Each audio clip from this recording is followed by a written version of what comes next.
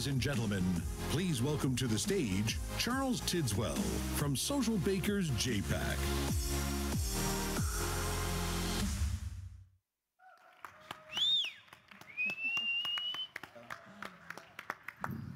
I love you guys. Hashtag wow. Right. So, guys, do you want to come up? Who's doing the panel? I don't want to be up here on my own. It's lonely. Don't be shy. I know where you work and live and are right now. In any particular order. And apparently they didn't have enough chairs for me, so I have to stand. Please sit down. Don't feel sorry for the old man. It's okay. Is that yours? Perfect. I'm sitting here then. Oh, got a high chair. Tom, you made me cry. I laughed so much. My cheeks hurt. Vanessa, you made me cry thinking what we're doing to our planet. And no, but honestly, I've got kids and I'm thinking, wow, do we really want them to inherit what we're creating? And it's just not fair. We need to make change. Lazada, you got my heart pounding. How? Do you guys sleep? No. Good. For the past 4 hours. Keep it going. So what I want to do, ladies and gentlemen, is it's meant to be a panel, and I was going to ask questions, and then I was looking at the content and their presentations. I thought that's pretty hard to match. So I've got a couple of questions, but then what I want to do is really open it up to the audience. So I think you'll have a lot of questions. I've got a few of these books to give away, and if you ask a couple of questions, then I can give those to you at the end. Vanessa, you've got so many stories to tell and so little time to tell them. And behind each story, it's not a post. It's not something that's done in 1 day, 2 days, 2 or 3 weeks. It's a lifelong struggle. How is WWF continually deciding what to communicate, how to communicate it? Just share more. Yeah, so I think the digital movement has really helped us get all these messages out to our supporters and raising lots of awareness on a lot of these global challenges that we face. So I think without digital, we would have been in a much difficult spot today. So, you know, social media has enabled us to reach so many new audiences across the world and spread the message and raise greater awareness. And it's also a platform for people to then use and make a difference. So, you know, it can be putting pressure on governments, businesses to start adopting better practices. So I think it's really, you know, digital has given us such a great opportunity. And I think for us, what is key is to make content relevant to people. So when we're talking about palm oil, I can't tell people palm oil. I can't say, hey, palm oil. You have to find a way to connect nature to them. So let's say when you're talking about palm oil, you have to find a way to make it relatable to the everyday person that you see or your colleagues on the streets or whatever. So, you know, you have to say, people don't know that we consume palm oil on a daily basis. We don't even know that it's in our toothpaste. We don't know that the toothpaste we're using eventually leads to the air that we breathe into our lungs. So I think, you know, we have to be clear, like I said, on the problems, the solutions. And for us, it's most important to have a call to action to give people, you know, the opportunity to make a difference. And in terms of engagement, I think this is where, you know, data comes in very useful. So using tools like Google Analytics, Social Bakers to get a better understanding of our audiences on each platform, because at the end of the day, each platform has sort of a different audience. So from there, you know, you have to choose the relevant content to go into these channels. And like you said, there's so much to cover. So are you talking about a campaign that looks at, you know, how we can encourage people living in cities to live more sustainably? Or are we talking about campaign and you want to talk to businesses about how a hydropower dam project is bad for the environment? So depending on the campaign and the messages, we then, you know, use tools to find the most relevant platform to communicate this and, you know, get our supporters to act. Guys, we can make a difference, so let's do it. Tom, you started with very 2D campaigns. We saw then some of the progression of inserting the real people into those cartoons. I thought that was gold, very nice. How has social changed what you're communicating? Obviously, it's improved your reach, your engagement, because we're talking about it now. But what else? What are the differences has social made to how you communicate and what you communicate? It's been an interesting evolution for me with this book, actually, thinking about the earliest cartoons existed before there was really social media. I was kind of doing a one-directional email newsletter, and I noticed right away with social media that people were not only was helping me amplify the cartoons beyond where I ever imagined, but then it became more of a conversation, and the cartoons became really thought starters, where the essence of the cartoon was one piece of the story, but what became really interesting was what people did with that, how they interpreted that. And I think that I've discovered that the medium of cartoons, people see themselves in it, they interpret different things in it, and they would take it in totally different directions. And so for me, that's the most exciting, is to see what people are doing with the cartoons, where they're taking it, what they're interpreting in it.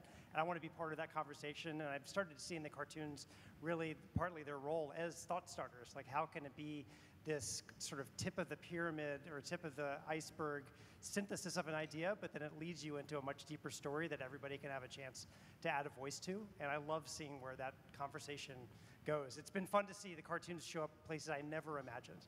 I got all this social traffic at one point after the Edward Snowden revelations, telling me to check WikiLeaks because the NSA had used a bunch of my cartoons in a presentation. And I never expected my cartoons to ever resonate with that type of an audience.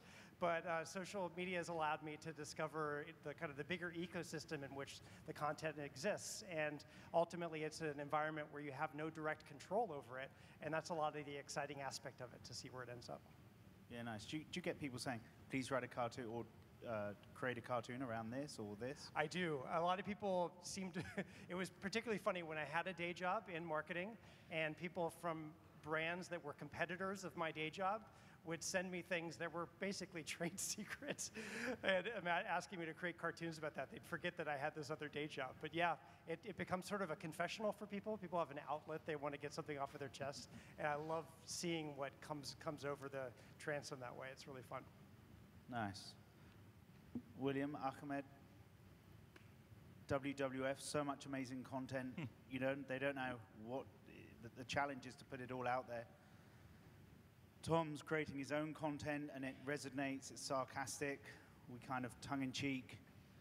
What about you? How are you competing with all this amazing content?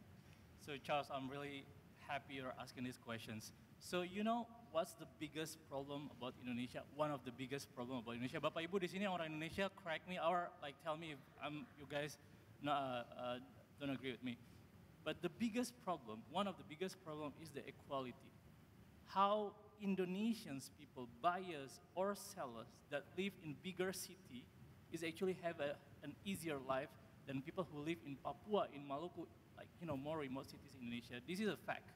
And it's a very personal thing for me because, let me tell you a story. I'm coming from a very small island in Indonesia, right? I'm from Maluku, 3.5 hours flight from Jakarta, and it's very behind. It's because we were having a kind of sectarian conflict for 4 years, so everything's so behind at that time.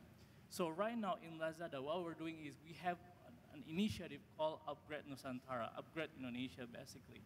What we're doing is we want to help people, right? We're running a technology company, we're online shopping. For those buyer side, for example, who live in Papua, 4 hours, 5 hours flight from Jakarta, for example, they don't really need to get everything in 2 weeks or 4 months. With the online shopping, they basically have the same opportunity to actually get the items that they need, what they need right now or tomorrow in in a few couple of days. The access for the needs, the access for the products, what they need, it's something of very, very a mission that we're working on, equality among Indonesia.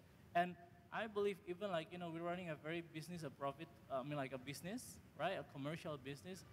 All of our Indonesians, whoever running a business in Indonesia, we have a very big responsibilities to actually contribute back to this country because this is super important. And that's consumer side, right? Lazada is running a free shipping for the entire countries where everyone's in Maluku, in Papua, in Kupang, whatever that they buy, the price it will be exactly same if you buy from Jakarta. And this is so important, right?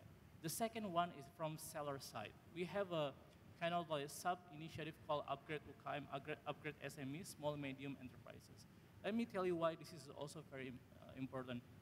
So, to be able to actually increase the economy of Indonesia, we need our 56 million small and medium enterprises in Indonesia. And right now, this is the fact. If you're starting your business in Jakarta, it's a lot easier than you start a business or someone's in Maluku or Papua started a business. So what we're doing right now is like we're doing a roadshow across Indonesia, 29 cities in this year, to actually educate Indonesia entrepreneurs to how they can actually scale up their business, transform their business, upgrade their business from offline online, from small business to bigger business with our warehouse, with our logistics, and actually at some point with Lazada 6 countries facilities, go international. We're helping Indonesia sellers, Indonesia small entrepreneurs in a very real way to create the equality among all Indonesia's consumers and also sellers. William told me you had a good answer to that, and that was it. William, do you want to take a broader sense across not just Indonesia, but what you're doing in Singapore, Thailand, Philippines? In all 6 markets, basically what Ahmad is doing, we're either replicating or adapting, right? So we announced last year the EWTP in Malaysia, which was basically a way for businesses to bring products into Malaysia and then out of Malaysia. So, later on we'll announce different initiatives. And the idea there also is to enable these small businesses who really have no clue how to do business online to basically start selling on Lazada in Malaysia now, but later, like Ahmad is saying, into Indonesia, into Philippines, and other places. So we're replicating that model in many markets. Thailand, we announced quite a few different things. In Singapore, we work with 99 SME, which is a government-run association to help small businesses grow. So that's kind of the contribution we're giving back to society. Nice. Alvaro, there must be a lot of information up in there and between those ears and constantly trying to think of new content, engaging content, creative content. What are you working on at the moment and what do you like?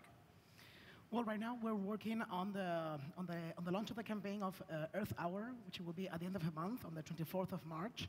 And this year it's a very special edition because last year we were celebrating the 10th anniversary, but this year we are launching a 3-year plan that it's in order to raise the awareness of the importance of biodiversity. So this message, it won't be like super easy to read, but that's how we are trying to work on this, because we still have 3 years in order to avoid to get to a point that all the damage that we're doing to the Earth is not reversible. So what you were saying about what kind of planet are we going to leave to our kids, we still have 3 years. So for that, I mean, Earth Hour this year, it will be different. It will have like a 3-year plan. And it's a very big challenge for us at Tinkle because we work with many different clients in different industries. And all of them, I mean, they want pretty much the same things. Engaging content, likes, comments, traffic, conversions, downloads, purchases, anything. But in this case, I mean, every single like, every single comment on WWF and Earth Hour, it has a much more deeper meaning. I mean, we don't live just for the likes. I said, oh, look, there's so many likes on this post. I mean, those likes, it's a reflection if we're doing a better or worse job. So that's why we're always trying to look for different ways to engage with this audience and this, in this context. So like parallax, like different kind of innovative content. Also, for example, using nano-influencers in order to spread as much as possible, but not having those big budgets like other companies. Because in this case, pretty much most of the times, it's purely organically. And sometimes we have small amounts of money to boost some post. So it's something very rewarding on a professional and personal level, but it has a lot of bit of a responsibility. Yeah, I bet it's really rewarding when you don't put some money behind something. It is organic, and it just crushes everything else. I can imagine. Totally. Good job. I mean, recently we did a video that we had like a 42% of viral reach. And I was trying to explain to the team that that's something that is not very common. I mean, because if you ask normally, it's like, what types of reach does a Facebook post has? Like organic and paid. Well, there's a third one that is very weird. It's called viral. I just seen that in professional life maybe like 3-4 times. This one had like a 42%. It was just a small video of a seal just running around and saying, it's like, how do you feel on a Monday morning? Okay, that's that not might be the kind of content that it's asking for a specific action, but it really drives a lot of attention to our Facebook page. So that's, those kind of things is what we're looking also to innovate. Before I open it up to the audience, I want to ask each one of you, what's the most, and Tom, I'm not quite sure how relevant this will be for you, but what's the most important metric that you track at the moment on social? Starting with you, Vanessa, just in one sentence. I think for us at an awareness level, we've started to look a lot at our websites and looking at how much time people are spending on our website, because we want to look at engagement. And you know, when you have to look at, are people coming in for 3 seconds, or are they staying for a few minutes, getting more information, finding out more about stuff? So when it comes to websites, we found that that is, you know, one of our key metrics to find out whether our audiences are engaged or not. Tom? I would say engagement as an overarching category, but I think, as I was discussing earlier about the thought starter aspect of cartoons, I look at the comments that result. I look at what conversations sort of extend out of that beyond the original piece of media. For me, I think 3 levels, right? Awareness, engagement, and also conversions. Each has their own different executions, has the different channels as well. So those 3. Sama. I think the only thing that might add to that is also loyalty. So we look at how much our social consumers come to our app, and then how long do they stay, how often do they come back, and then obviously conversion after. Well, as Vanessa already answered for the WWF, in our case, I mean, each client, they have different objectives, but pretty much most of them, they share the same one, which is reach, as in people seeing the content. Because if they don't invest in ads, I mean, most of the times, they have great content just sitting there. Nobody's seeing it. So what's the point? So then at least if they see it, then they can engage or click or, well, thanks. We've got time for one question. We've got 5 minutes left. I don't know if we can turn some lights on and maybe get a mic, but look, we've got some books to give away of Tom's. If someone wants to ask a question, we've got someone down there who'd like to ask a question. Ideally, if you could open the question up to everyone on the panel, that'd be ideal, please. Okay, maybe I'm not the good person to ask a question because I'm here for an NGO. So it's more NGO specific than general marketing, but okay, go for it. Yeah, perhaps, let's do okay. it. So my name is Christine with aidhub.org, and my question is, for traditional marketing, cross-marketing campaigns is quite easy for online shoppers because you have products you want to sell. Ideally, it's not in the same genre of products, so cross-marketing campaigns is easy. But if you're working across sectors, like with a public institution in aid, for example, or with a corporate social responsibility, how, from an NGO point of view, how would you incorporate that cross-sectoral engagement into a social media marketing campaign? I guess from the view of a private company, you could talk about it maybe in a CSR reach. So, I mean, I can talk a little bit about the Earth Hour campaign that is launching next week. So, and the thing about Earth Hour is that it's a global movement, right? So, like you said, it crosses many different kinds of markets. It crosses many different kinds of countries. So, the Earth Hour movement it's an open source movement. So we're a global movement, and each local market then takes this open source movement and adapts it for their local market. So whatever, they will raise awareness on issues that are relevant to them. For example, the Earth Hour team in India would look at the global concept and look at how they can adapt it for their markets. And for them, you know, it's more relevant to talk about, say, renewable energy. Whereas, you know, the Earth Hour in Uganda tends to take a focus on deforestation. So for us, we take a global perspective. We deliver an open source movement, and you know, there are all these. We have local teams all over the world who then adapt these kinds of movements that is relevant for their markets. Yeah, maybe I could add on that also, we explore in every market different ways to display this content. So recently, I mean, last year, we launched the Viber channel that had a lot of growth in just a few days. I mean, we reached 2 million followers. And even though Viber is a very specific niche, I mean, we're seeing a lot of traffic from that channel. So it's not a one solution fits all. I mean, maybe some content you can live very similar on Facebook, Instagram, maybe Twitter, but then there's some exceptions that you need to work content in particular for those channels. In the case of Viber, we work a lot with the chatbot kind of function. So to make these small quizzes for people to play with the chatbot and learn about WWF areas of work. We've got time for one more question. I just wanted to understand, the question was how do we bridge offline to online, online to offline, is that Yes. correct? Okay. Is there something you want to add? Please. Do you want to talk about Lazada Club, what you're doing? I think Well- it's pretty cool. Well, so in Lazada, right? I mean, like we doing a lot of things for communities. So as part of like Upgrade UKM, Upgrade SMEs initiative that we're doing. So what we did is like when we actually do a roadshow, for example, we not like really do a touch and go, do a roadshow and then leave. What we did is like after the roadshow, we build like communities. The communities is basically everything in Indonesia, right? It's basically a social country where community is a very strong presence. So what we did is like we established a Lazada club in each of the city. And then like what we did is like we empower sellers. We had the city leaders every single cities.